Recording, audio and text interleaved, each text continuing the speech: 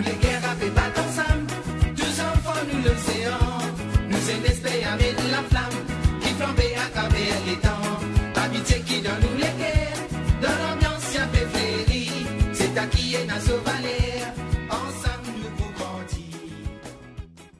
Dans les années 90-2000, l'athlétisme mauricien a connu une génération dorée. Lors des Jeux Olympiques de 1996 à Atlanta aux États-Unis, l'île Maurice était représentée par 12 athlètes, soit le plus grand nombre de Mauriciens ayant participé à ce rendez-vous mondial. Comme l'indique le graphique, aux Jeux Olympiques qui suivent, le nombre de Mauriciens ne cesse de diminuer. Mais malgré cela, le moment historique pour l'athlétisme mauricien remonte à 2004, lorsque Stéphane Beuclin atteint la finale du 200 mètres masculin et devient par la suite le premier Mauricien à avoir couru une finale olympique. Il termine alors 6e de cette course. La dernière fois que Maurice a envoyé ses représentants en athlétisme ayant atteint les minima requis pour les Jeux était en 2008. Depuis, lors des 3 derniers Jeux Olympiques, Maurice n'a envoyé que des athlètes ayant obtenu une invitation appelée wildcard. Il s'agit d'invitations exceptionnelles données aux pays qui n'ont pas atteint les minima fixés par l'instance internationale d'athlétisme. Et donc, ces pays envoient 2 de leurs meilleurs athlètes qui se sont approchés le plus près des minima.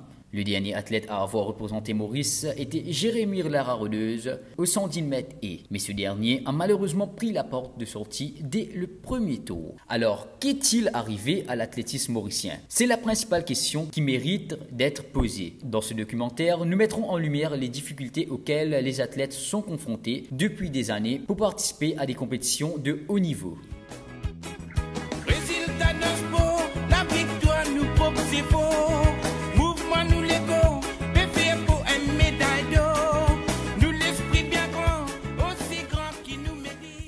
Analysant les différents licenciés des différentes catégories, on voit clairement qu'à partir de la catégorie de ceux âgés de moins de 20 ans, le nombre d'athlètes diminue de façon significative. Il y a donc probablement des potentiels Stéphane Beuclin qui ont dû renoncer à leur carrière sportive. Quels sont donc les principaux facteurs qui contribuent à cette sortie brutale de ce sport à cette catégorie d'âge? Il est bon de savoir que l'athlétisme, ce n'est pas seulement de faire ses lacets et d'aller parcourir les pistes. Il y a un vrai investissement derrière. À travers le dialogue avec plusieurs athlètes et entraîneurs à travers l'île, nous avons vu que l'une des principales raisons affectant la plupart des athlètes mauriciens est le manque de financement. Et donc, l'un des facteurs qui contribue à cette sortie précoce de l'athlétisme, c'est que dès que ces jeunes sortent du collège, ils sont obligés de choisir entre l'athlétisme ou un travail pour subvenir aux besoins de la famille. Pour Samuel Veilleuse, médaillé d'or aux Jeux des îles de 2019 aux 800 mètres, le phénomène perturbe ce sport depuis maintenant des années. Le sport est vraiment demanding parce que quand on commence au niveau national, qu'est-ce que tu es besoin de faire pour te passer à un autre niveau?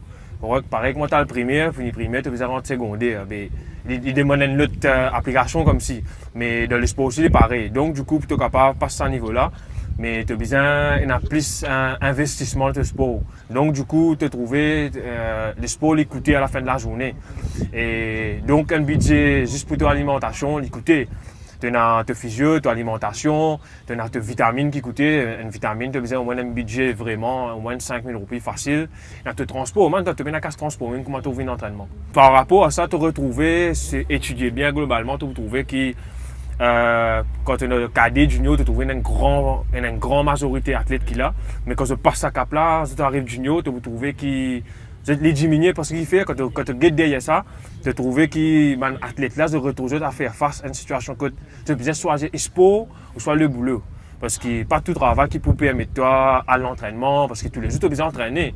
Si tu n'es pas entraîné, tu n'es pas pour performer. Donc du coup, le sport lui met de côté. Alors que c'était un bon potentiel pour arriver loin. Parce que comment te trouver dans un cadet, junior, phase cadet, junior, c'est une performance marie bien, mais quand tu reposes ça, quelque chose que tu étais, c'est une fin arrêtée. Et quand tu approches ça du monde là, c'est une conclusion que je vous donne, je ne peux pas finir un choix. Mais Samuel, lui, n'a pas baissé les bras. Il a su maintenir l'équilibre entre le travail et le sport, ce qui lui a permis d'ailleurs de représenter Maurice dans diverses compétitions internationales, dont les Jeux des îles. Mais lorsqu'il s'agit de franchir le palier des Jeux insulaires, le besoin d'un athlète devient plus complexe car il lui faut un entraînement plus intensif et un accompagnement plus soutenu. Samuel Veilleuse visait les championnats d'Afrique qui s'est déroulé à Maurice en juin dernier, mais malheureusement n'a pas obtenu sa qualification. Il est vraiment difficile pour balancer le sport avec le travail parce qu'il Il est difficile pour te gagner un permission, pour aller entraîner. Tous les jours, tu as besoin d'entraîner. Parce que surtout, moi, épreuve qui me fait demi-fond, tu as besoin d'entraîner au moins 8 à 9 fois la semaine. Mais 8 à 9 fois la semaine, tu as besoin de trouver le temps pour être capable d'entraîner. Moi, par exemple, pour un travail, c'était qu'il est pour lever, pour l'entraîner, qu'il est pour voyager pour moi le travail. Il déjà avait des années de retard. Du coup, quand on parle d'une compétition internationale, définitivement, moi, pour retrouver moi, alors il y a beaucoup plus fort. C'est parce que là, définitivement, on a investi plus de temps dans l'entraînement. Raison principale qui fait vraiment le championnat d'Afrique, moi, penser, il y a beaucoup de monde qui peut poser cette question-là à l'heure actuelle. C'est par rapport, on parle de l'occasion pour faire l'entraînement qui est bizarre, comme on me dit tout le temps. Tu as besoin d'acheter aux hommes pour être capable de faire compétition. Sans hommes, tu n'es pas capable de la guerre. Okay? Mais mon fait, c'est qu'il est capable avec les hommes qui me finissent ici. Mais malheureusement, il n'est pas suffisant. Certes, je bouger dans la France. Finir un ban jeune qui me finit ressentir, un peu capricieux à la fin, c'est-à-dire que je ne suis pas capable vraiment d'être dans la forme qui vient au moment qui vient. Mais je pense que c'est un travail qui a une bonne planification au niveau permission d'entraînement, au niveau des stages. Je pense que tu fais mieux. Ouais. On voit à quel point le sport et le travail ne font pas bon ménage. Il est vrai que des indemnités mensuelles sont accordées à nos sportifs de haut niveau. Mais en raison du Covid, ces indemnités ont été réduites de 25%. Cela rend leur tâche encore moins aisée. Car comme affiché à l'écran, les diverses dépenses d'un athlète remontent à une moyenne de 15 000 roupies par mois. Les allocations mensuelles sont basées sur la performance des athlètes et 12 sont au niveau régional. Ils ne reçoivent que 4 875 roupies par mois. Ce qui veut dire que ce n'est que lorsqu'ils arriveront au niveau intercontinental et recevront 14 625 roupies mensuellement qu'ils pourront vraiment pratiquer ce sport à plein temps. Il doit donc travailler en parallèle, tout comme Samuel Vieilleuse, ce qui à son tour diminue le temps disponible pour leurs séances d'entraînement. Ce cercle vicieux entraîne fatalement une stagnation au niveau régional. Si l'athlétisme souffre de cet état des choses, ce n'est heureusement pas le cas pour le para-athlétisme. En effet, les para-athlètes n'ont cessé de briller sur la scène internationale ces dernières années, y compris au niveau olympique. Jean-Marie Beguirati, entraîneur national de para-athlétisme mauricien, explique que si les mêmes facilités que celles des para-athlètes sont accordées aux autres, les résultats seront bien meilleurs. Il souligne que malgré les handicaps de ces athlètes, ils ont réussi l'exploit en affrontant des athlètes valides et en obtenant une place en finale aux récents championnats nationaux seniors. Comme on dit, pourquoi on cause au niveau. Quand nous avons nos masseurs, nous avons nos physios, nous avons nos psychologues, nous avons nos médecins sportifs qui suivent, nous avons nos ostéopathes, nous avons tout.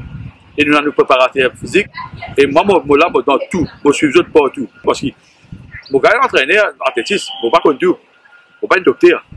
Si moi, je suis poussé ici et qu'ils ont un athlète blessé, et je ne suis pas connu. Je suis besoin de tout ça là. Donc, on fait des tests docteur, on a fait des tests sanguins, on a fait toutes sortes de tests, on a gagné tout résultat. Il n'y a pas une volonté, mais il y a beaucoup de faire suivre par derrière. Parce que un athlète, il vient tout ce qu'on faut pour y performer. Tu te rends compte, Giovanni fait finale 400 là-bas dans Côte d'Or.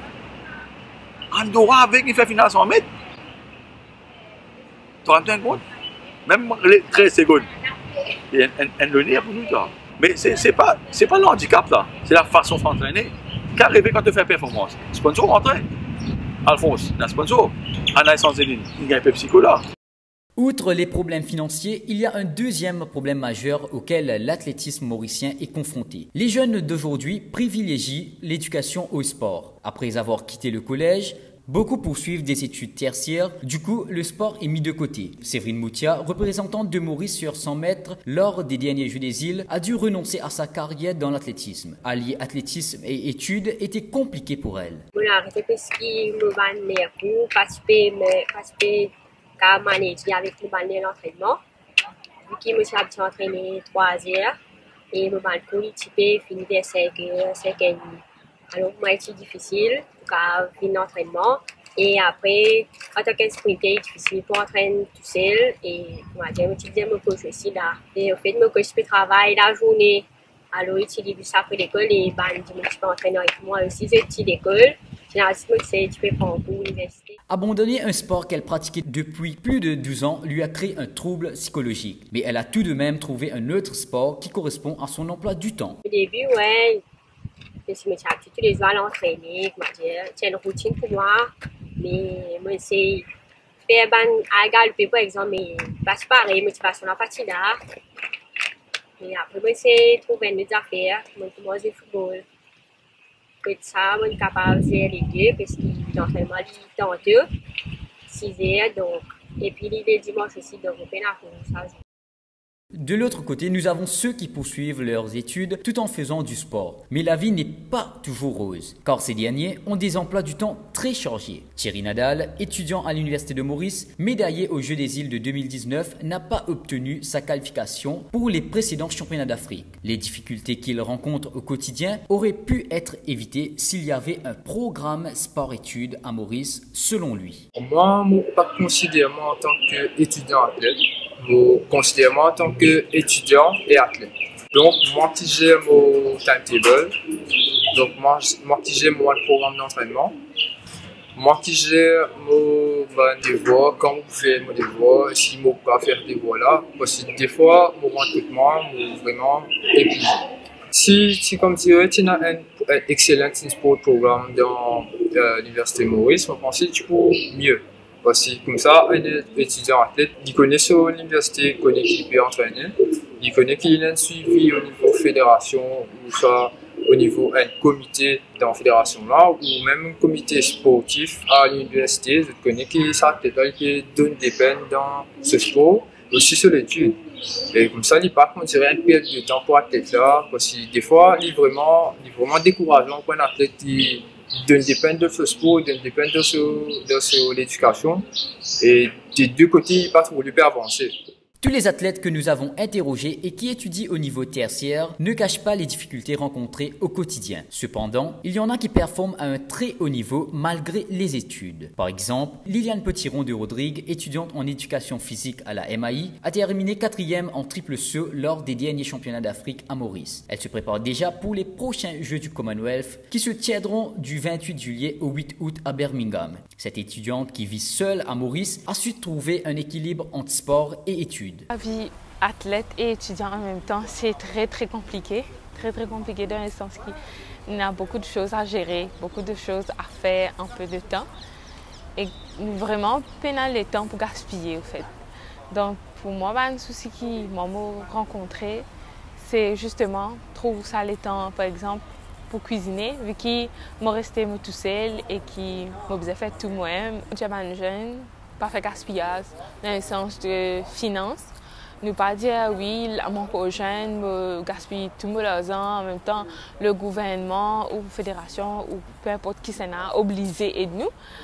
Mais non, tu ne pas connaître n'importe quel moment tu vas avoir gagner ou peu importe. Donc tout le temps, nous faisons économiser un peu.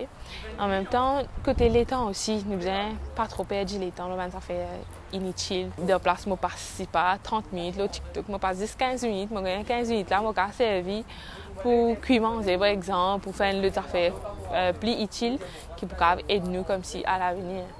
Et aussi, nous faisons des affaires qui sont smart, qui sont genuines. Par exemple, moi, vu que je fais régime des eaux, des fois, quand nous rentrons sur de l'entraînement, je suis fatiguée pour cuire tout ça. Là. Donc, des fois, je fais plusieurs petites portions pour quelques jours, puis mettre en stock. Donc, comme ça, je connais comment rentrer, me chauffer, c'est pas qui. Il ne s'agit pas juste de trouver l'emploi du temps idéal pour allier sport et études. Le soutien parental joue aussi un grand rôle dans la vie d'un athlète à tous les niveaux. Âgée d'à peine 18 ans, Malika Ramassormi vient de représenter Maurice au championnat d'Afrique. L'élève du collège de Lorette de Rosille peut compter sur ses parents très impliqués. C'est vrai que si mes parents n'étaient pas là à me soutenir tout le long, je n'aurais jamais été à un certain niveau. Déjà, le main support que ma maman m'apporte, c'est déjà moralement, parce que c'est pas facile tout le temps en tant qu'athlète de retourner de l'école, aller à l'entraînement, aller le fond, faire par ici, par là-bas. Moralement, c'est pas tous les jours, c'est pas facile. Même si on gagne des compètes, on a de super résultats à l'école, mais il y a des jours où on est humain, donc on va être découragé mentalement. Mais heureusement que ma maman et mon papa sont là pour m'aider à surmonter ça quelquefois. Un autre support que mes parents m'apportent, c'est le transport. Si je n'avais pas de transport, je n'aurais pas pu venir à l'entraînement. Vu que je termine mes cours tard après l'école, j'allais venir au stade trop tard. Et puis, c'est mes parents qui m'achètent mes équipements, c'est eux qui me financent, qui me nourrissent, qui me sponsorisent, en d'autres mots. Du côté de la Fédération d'athlétisme, pour résoudre le problème de sortie précoce des athlètes, différents centres techniques appelés RTC sont mis sur pied dans différentes régions. Kem Rajinaiko, recordman du saut en hauteur, est maintenant responsable technique de la fédération. Bon, le RTC, c'est le Regional Training Center. C'est un projet qui a été mis en place avec la Fédération mauricienne d'athlétisme et puis le ministère de l'autonomisation de la jeunesse, des sports et des loisirs. L'objectif, c'est que les enfants, quand ils découvrent l'athlétisme, les meilleurs athlètes, d'après la table de cotation que la fédération a mis en place, donc ces athlètes-là vont pouvoir intégrer le Regional Training Center qui va mettre des entraîneurs, on va dire, à un niveau un peu plus élevé pour pouvoir encadrer ces enfants. Pour que demain, par exemple, cette année-ci, on a les Jeux de la CGSU au mois de décembre. Donc le RTC a l'objectif de préparer les athlètes présélectionnés pour faire partie de l'équipe nationale. Ensuite, une fois que les athlètes ont fini avec RTC, c'est-à-dire c'est jusqu'à 18 ans, là, ils vont aller dans l'équipe nationale. Donc là, il y aura une autre structure qui va les accueillir. Donc c'est comme une pyramide. Il y a l'école d'athlétisme, il y a les RTC, et puis il y a l'équipe nationale, et ensuite, il y aura l'élite.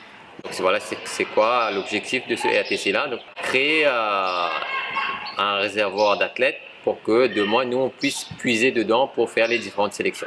Kem Rajinaiko se félicite du rôle joué par ces centres techniques qui portent déjà le fruit. Au niveau technique, on avait un peu peur après 2019 qu'il y a un effondrement du niveau de l'athlétisme. Mais on constate que le travail qui a été fait derrière par les RTC, par les clubs, les régions, donc ça paye parce qu'on a pas mal de jeunes aujourd'hui qui montent. Notamment Noah Bibi, Jérémy Laraudeuse, il y a Johan Meuden, il y a beaucoup d'athlètes qui sortent des régions.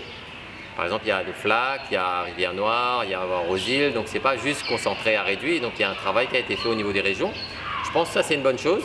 Donc moi je suis confiant pour l'avenir, disons l'année prochaine on a les Jeux des îles, je pense qu'on va faire aussi bien qu'en 2019, parce qu'on a une ancienne génération qui est là, et puis il y a une nouvelle génération qui arrive. Donc c'est bien qu'il y aura cette période de transition parce que les anciens vont guider les jeunes. Il y a des jeunes athlètes qui sont motivés, il y a des structures qui sont mises en place par la fédération et par le ministère. Donc je pense qu'on est dans le côté positif.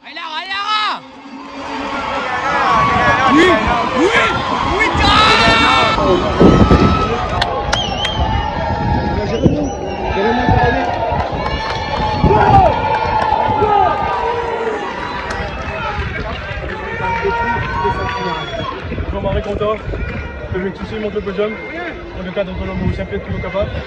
En effet, après Stéphane Buckland et Eric Milazor, le sprint mauricien renaît de ses cendres après plus de 12 ans avec Jérémy Laraudeuse qui évolue depuis septembre 2021 en France dans le club d'athlétisme de haut niveau à Nantes. Le petit protégé du RTC de Rosil a réussi l'exploit en juin dernier en remportant une médaille d'argent sur le 110 mètres et au championnat d'Afrique. Le jeune de 21 ans a également fait tomber un record vieux de 30 ans un peu plus tôt dans l'année, soit en mai dernier. On parle bien sûr du record de Judex Le Fou aux 110 mètres et le hurdler revient sur les facilités qu'il reçoit en France, qui l'a beaucoup aidé dans son parcours jusqu'à présent. En France, là-bas, quand on a un institut pour progresser, pour améliorer, il y a un physio, préparateur mental, psychologue, un entraîneur spécialisé au pied, un entraîneur spécialisé au maintien lactique.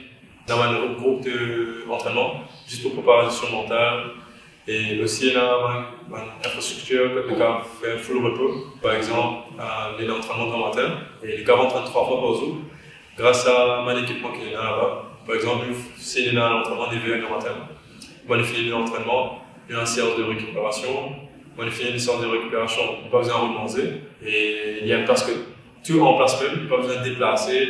Il y a 45 minutes pour rouler, mais pas le stade d'entraînement. Après, revient la case, après, réel entraînement. Mais tout en place, mais là, 10 minutes pour le cadre, c'est le cadre à pied, le cadre trottinette électrique. C'est tout en place même et il y a une structure qu'on va les développer et qu'on va investir vraiment beaucoup là-dessus. Et franchement, ça aide moi beaucoup. Moi-même, il faut mentalement et aussi moi-même, il faut physiquement.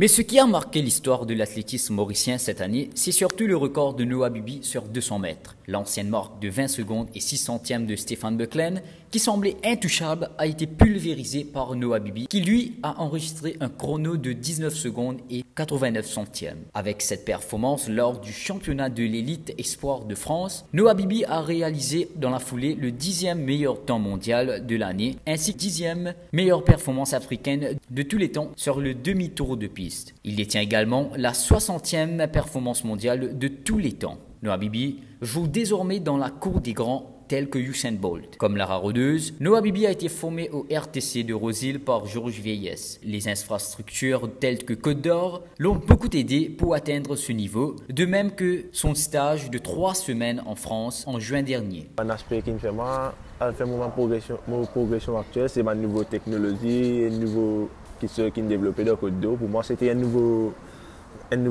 aspect dans mon vie aussi. Je découvre ma nouvelle affaire, je apprends beaucoup de choses, surtout c'est ça qui m'amène à progresser aussi vite, d'un petit bout de temps. Mais quand on calcule là-bas, la différence, c'est que je meilleur suivi. Comment ici, par exemple, un blessé, ici, avant occupe-toi, le blessé là, il est différent, mais tandis qu'il là-bas, de te blesser, maintenant prends-toi compte et tout. Et au niveau transport même, athlète pénabuka statique, comment il prend le stade, comment il va à la compétition et comment il va retourner à la case. C'est ça la différence qui fait maintenant progresser plus bien qu'il nous. Au niveau nutrition aussi, maintenant je mange l'air pour l'air, de l'insuivi pour ça qu'ils ont besoin de manger chaque jour. Et la différence au niveau de l'entraînement. Tu regardes, tu peux faire ça fait qu'il t'aime, tu fais une fois, tu as envie de courir, tu as envie d'aller comprendre qui fait, mais c'est juste ce différent suivi, ce différent encadrement qui fait un petit bout différent de niveau là. Pour moi personnellement, ouais, vu qu'il en a beaucoup de talent ici, c'est mon pénal un bon suivi généralement, mais si Maurice bénéficie de tout ça, un avantage, Maurice pour élever le haut niveau. Ouais. Pour vous donner une idée de... Pas de faux départ sur ce 200 mètres, messieurs, et c'est déjà parti très vite pour Noah Bibi, d'ancien athlétisme métropole. Le sociétaire de l'EFS Reims Athlétisme. Noah Bibi bien parti dans cette course au couloir 4. Attention, chrono et la deuxième place pour l'entendre Franck Suzanne va droite. 19 secondes 91. Vent régulier. Quelle performance, le vent est régulier pour Noah Bibi. Record personnel explosé pour Noah Bibi, l'ancien athlétisme métropole. 19,89. Pour Maxime Lancelot, 20,65 à la deuxième place. Johan Anissé, 20,73. Record de Maurice évidemment, record national. Record évidemment pour Bibi. Quelle performance sur ce 200 mètres, messieurs, on l'a dit depuis hier. La piste d'Albi. La piste d'Albi est magnifique et sublime, les performances des athlètes. Il est vrai qu'avec la super performance de Noah Bibi, l'athlétisme mauricien a pris un autre tournant en 2022. Mais les différentes difficultés analysées dans ce documentaire sont tout autant de facteurs qu'il faudra prendre en considération afin de hisser le haut niveau en général. Il faut donner aux athlètes tous les moyens pour réussir. Mais les problèmes ne s'arrêtent pas là. La représentation féminine en athlétisme, qui ne cesse de diminuer, mérite d'être étudiée. Mais d'ici là, terminons pour cette belle définition de l'athlétisme par Mohamed Buchan, qui a grandi dans un milieu modeste. Il est également le recordman du 1500 mètres réalisé en 2015. Pour moi, athlétisme, il paraît comme une femme enceinte. Qui fait me dire athlétisme, il paraît comme une femme enceinte, parce que quand une madame est enceinte, il développe l'amour, il développe la responsabilité et il a des difficultés pour amener les enfants au monde. Ce challenge n'est pas fini après sa grossesse. Mais ce challenge, il est augmenté après ce grossesse parce qu'il a bien grandir les enfants. Athlétisme, il paraît comme ça. Nous débutons, cadet, junior, senior. Nous avons plusieurs phases qui nous grandissent. Plus nous venons plus fort, plus le challenge nous peut monter. Là, nous avons un travail plus dur et le succès, il est plus dur encore.